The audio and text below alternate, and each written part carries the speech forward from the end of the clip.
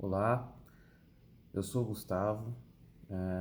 Queria dizer a todos vocês que estão assistindo esse vídeo que sejam bem-vindos.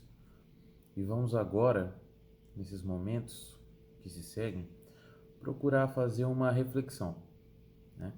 Eu quero ajudar a vocês e também me ajudar para que nós possamos fazer uma reflexão, para que nós consigamos entender um pouquinho mais sobre uma questão aqui do Evangelho segundo o Espiritismo e sobre as nossas vidas, né? Para que nós possamos entender melhor a respeito disso. Do que eu estou falando? Nós vamos agora estudar um pouquinho a respeito do item 8 do capítulo 17, Sede Perfeitos, do Evangelho segundo o Espiritismo. Esse item se chama A Virtude, né? E eu vou começar lendo um pouquinho sobre ele para fazer uma introdução já. A virtude, em seu mais alto grau, comporta o conjunto de todas as qualidades essenciais que constituem o homem de bem. O homem de bem já citado no item anterior. Ser bom, caridoso, laborioso, moderado, modesto, são qualidades do homem de bem. Virtuoso. Infelizmente, elas são, com frequência, acompanhadas de pequenas enfermidades morais que as desornam e as atenuam.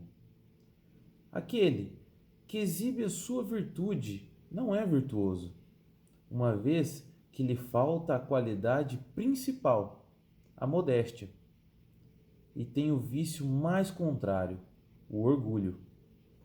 Então aqui ele já está nos explicando um pouquinho do que é essa virtude. Então a virtude é basicamente os caracteres do homem de bem, né? É a caridade, né? É ser modesto, e aí ele enfatiza que se você acha que tem virtudes, mas faz questão de esboçar essas virtudes, de mostrá-la a todos, você está faltando com o quesito da modéstia e está praticando, na verdade, o vício do orgulho.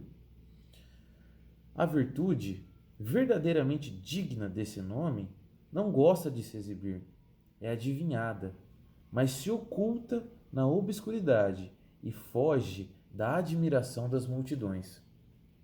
Eu acho isso aqui muito forte, principalmente nos dias de hoje, e a gente vai falar mais um pouquinho sobre isso. Porque hoje, num mundo tão dominado pelas redes sociais, isso não é uma coisa ruim, né? Mas nós temos que saber ordenar como utilizar essas redes sociais, né? Por que eu estou falando disso? Nós vemos muitos casos de pessoas que praticam a caridade, a doação, a assistência ao próximo, mas com o real interesse é de divulgar-se através disso, né? É para se aparecer um pouquinho mais, para tirar uma selfie mostrando você entregando um alimento, entregando alguma coisa para alguém, enquanto essa pessoa, ao receber isso que deveria ser um donativo, ela se sente envergonhada, né? Isso faz com que a pessoa se sinta inferior. E isso é o nosso orgulho que faz. É a virtude, assim compreendida e praticada, que eu vos convido, meus filhos. É a essa virtude verdadeiramente cristã e verdadeiramente espírita que eu vos convido a vos consagrar. Mas afastai dos vossos corações o pensamento do orgulho e da vaidade, né? Então ele enfatiza mais ainda essa questão. É a virtude, é aquela virtude desinteressada, né? Que nos faz lembrar daquele ditado: não saiba a vossa mão esquerda o que faz a direita, né? Então é essa virtude que não procura se aparecer. Não imiteis esse homem que se coloca como um modelo e glorifica ele mesmo as próprias qualidades, a todos os ouvidos complacentes, né? Então, isso até lembra daquela passagem que Jesus nos fala que aquele homem que vai rezar em frente a uma multidão para se aparecer, para mostrar né? E que reza como alguém que está coberto de razão e que está em plena comunhão com Deus, esse já tem a sua recompensa ali, mas que não espere a recompensa do reino dos céus, né? Então, não é essa questão de se aparecer, de se glorificar, né? Se glorificar. Isso não é virtude. Isso é orgulho. E continuando, quero admitir que o homem que faz o bem sente no fundo do coração uma satisfação íntima. Mas desde que essa satisfação se exteriorize para recolher elogios, degenera em amor próprio. O que isso quer dizer? A partir do momento em que essa satisfação íntima por ter feito algo bom, por ter ajudado, por ter praticado a caridade, quando ela se exterioriza no intuito de você ser reconhecido, de você ser vangloriado, isso é degenerado em amor próprio, em interesse pessoal. E para falar mais desse interesse pessoal e abordar um pouquinho a respeito disso, eu vou trazer aqui alguns questionamentos, né, com algumas respostas já, que é para nós refletirmos, tá certo? Então, primeiro questionamento: qual é a virtude mais meritória? Né? Qual é a virtude mais importante, aquela que a gente deve se preocupar mais? Será que isso existe? Então, toda virtude tem o seu mérito próprio, porquanto indica progresso do indivíduo na senda do bem. Mas a mais meritória é a que assenta na mais desinteressada caridade. O que isso quer dizer? Que a virtude mais meritória é aquela que está baseada numa falta de interesse pessoal.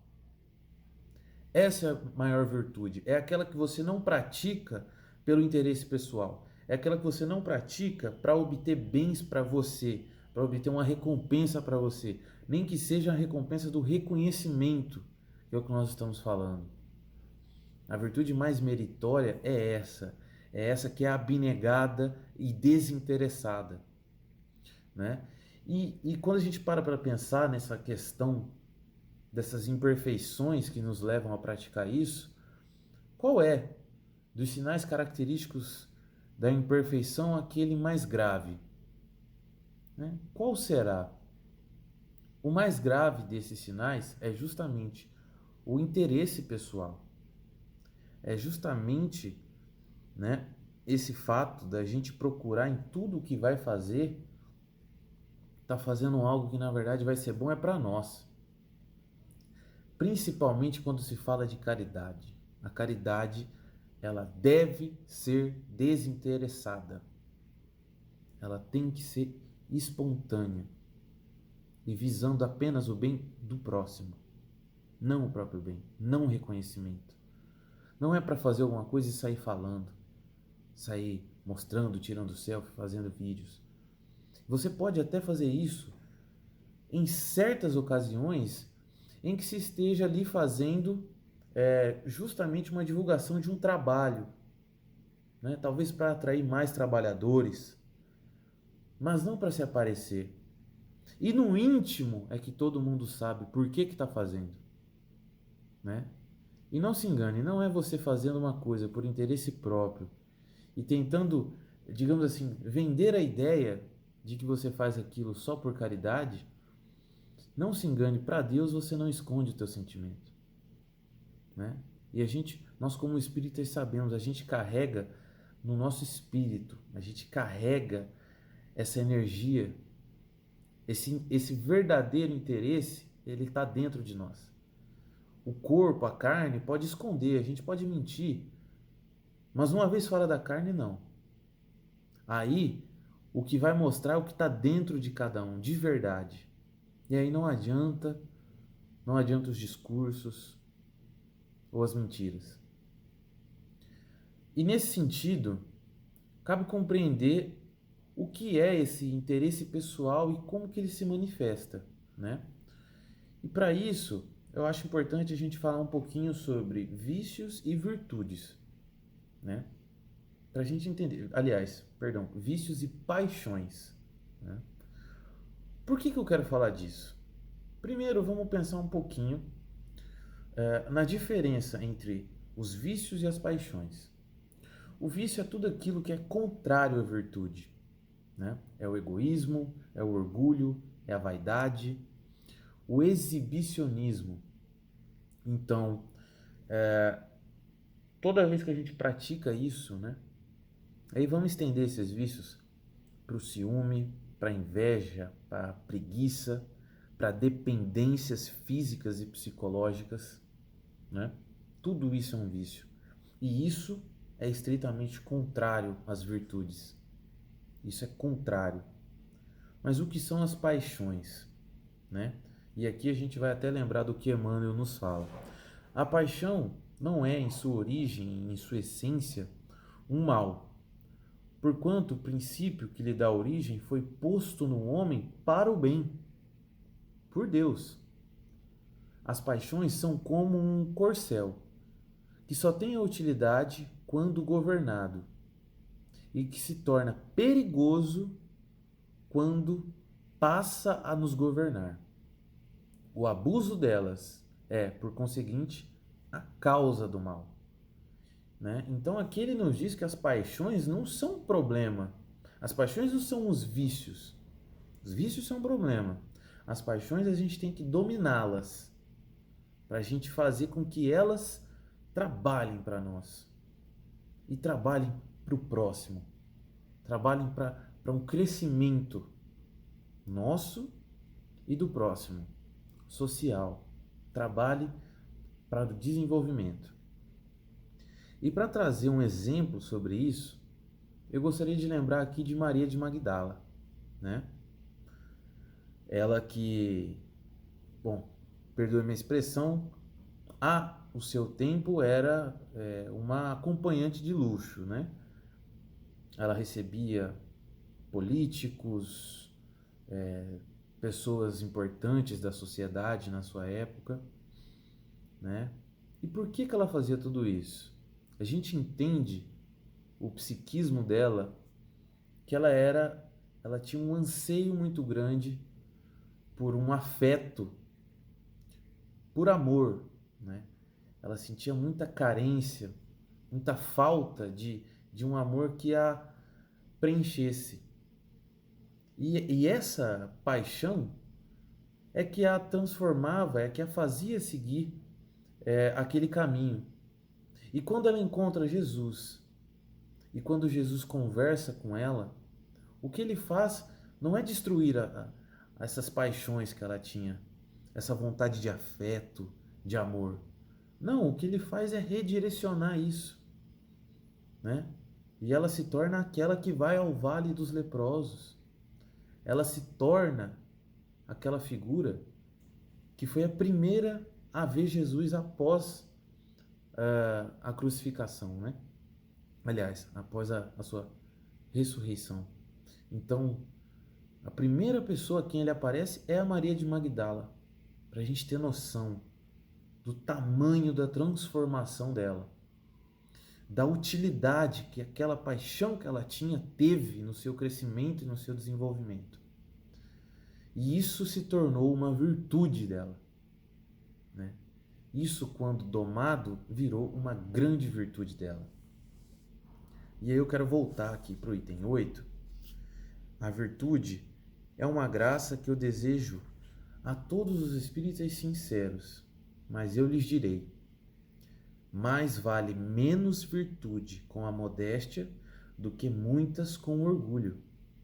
Foi pelo orgulho que as humanidades sucessivas se perderam, e é pela humildade que elas um dia deverão redimir-se. Essa é a mensagem final desse item, né?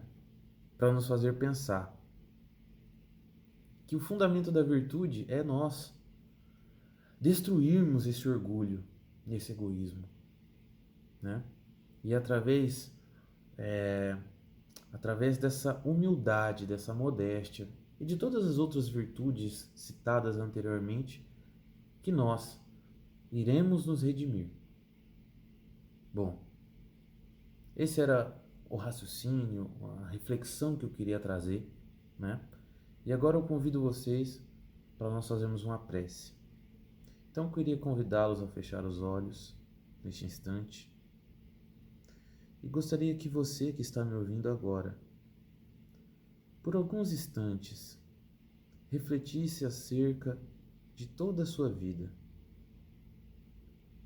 Eu gostaria que você pensasse junto comigo em todas as suas atitudes, o que você qualifica como um bem que você fez. Um bem sinceramente desinteressado. O que você considera aquelas atitudes que você fez em prol do outro sem visar nenhum retorno e nenhum reconhecimento.